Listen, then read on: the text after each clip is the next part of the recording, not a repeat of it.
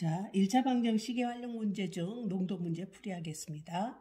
10% 소금물과 15% 소금물 섞어서 13% 소금물 400g을 만들려고 한다. 10% 소금물을 몇 그램 섞어야 하는가? 자, 농도 문제가 나왔습니다.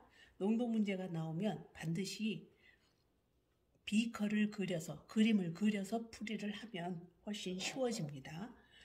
먼저 소금물의 종류가 몇 가지인가를 먼저 살펴봅시다. 자, 10% 소금물과 15% 소금물 섞어서 14% 소금물 400g을 만든다. 종류가 일단 3개 나왔죠? 그러면은 비커를 3개를 그립니다. 자, 그래서 비커에다가 이제 표기를 하는데 10% 소금물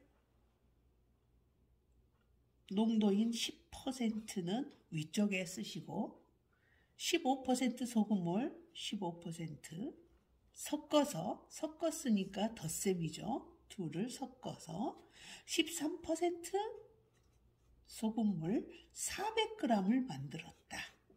자, 이렇게 씁니다. 이것과 이것을 더해서 이것이 만들어졌으니 여기는 등호가 들어가면 되겠죠. 비커를 그렸으면 반드시 배분율인 퍼센트와 질량인 그램이 반드시 적혀야 문제가 풀립니다. 그런데 아직 여기에는 아무것도 주어진 게 없죠. 다시 문제를 봅시다. 10% 소금물과 15% 소금물을 섞어서 13% 400g을 만들었다. 10% 소금물 몇 g을 섞어야 하느냐? 문제는 이거죠.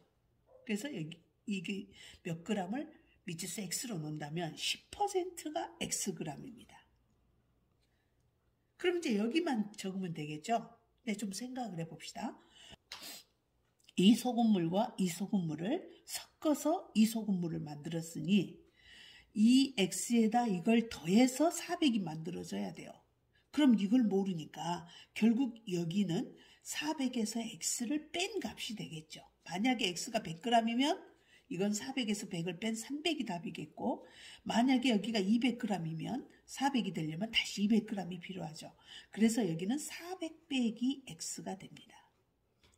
그런데 이 400 빼기 x는 벌써 항이 2개예요. 그럴 때는 반드시 그림을 그릴 때 나중에 실수하지 않기 위해서는 여기를 괄호를 반드시 쳐놓으세요. 그래야 실수하지 않습니다. 자, 이제 그림이 다 끝났어요. 그러면 이번에는 이제 식을 세우는데 이 그림을 보고 식을 세우면 됩니다.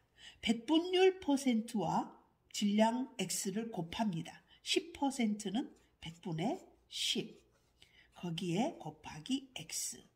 다시 여기도 100분의 15 곱하기 괄호 반드시 치라고 했죠. 400 마이너스 x는 똑같죠. 는 여기도 13%는 100분의 13 곱하기 400이 되겠죠. 식이 다 세워졌어요. 전체적으로 이게 항이 몇 개입니까? 이것도 하나의 항이고 이것도 하나의 항이고 이것도 하나의 항이. 항이 3개입니다.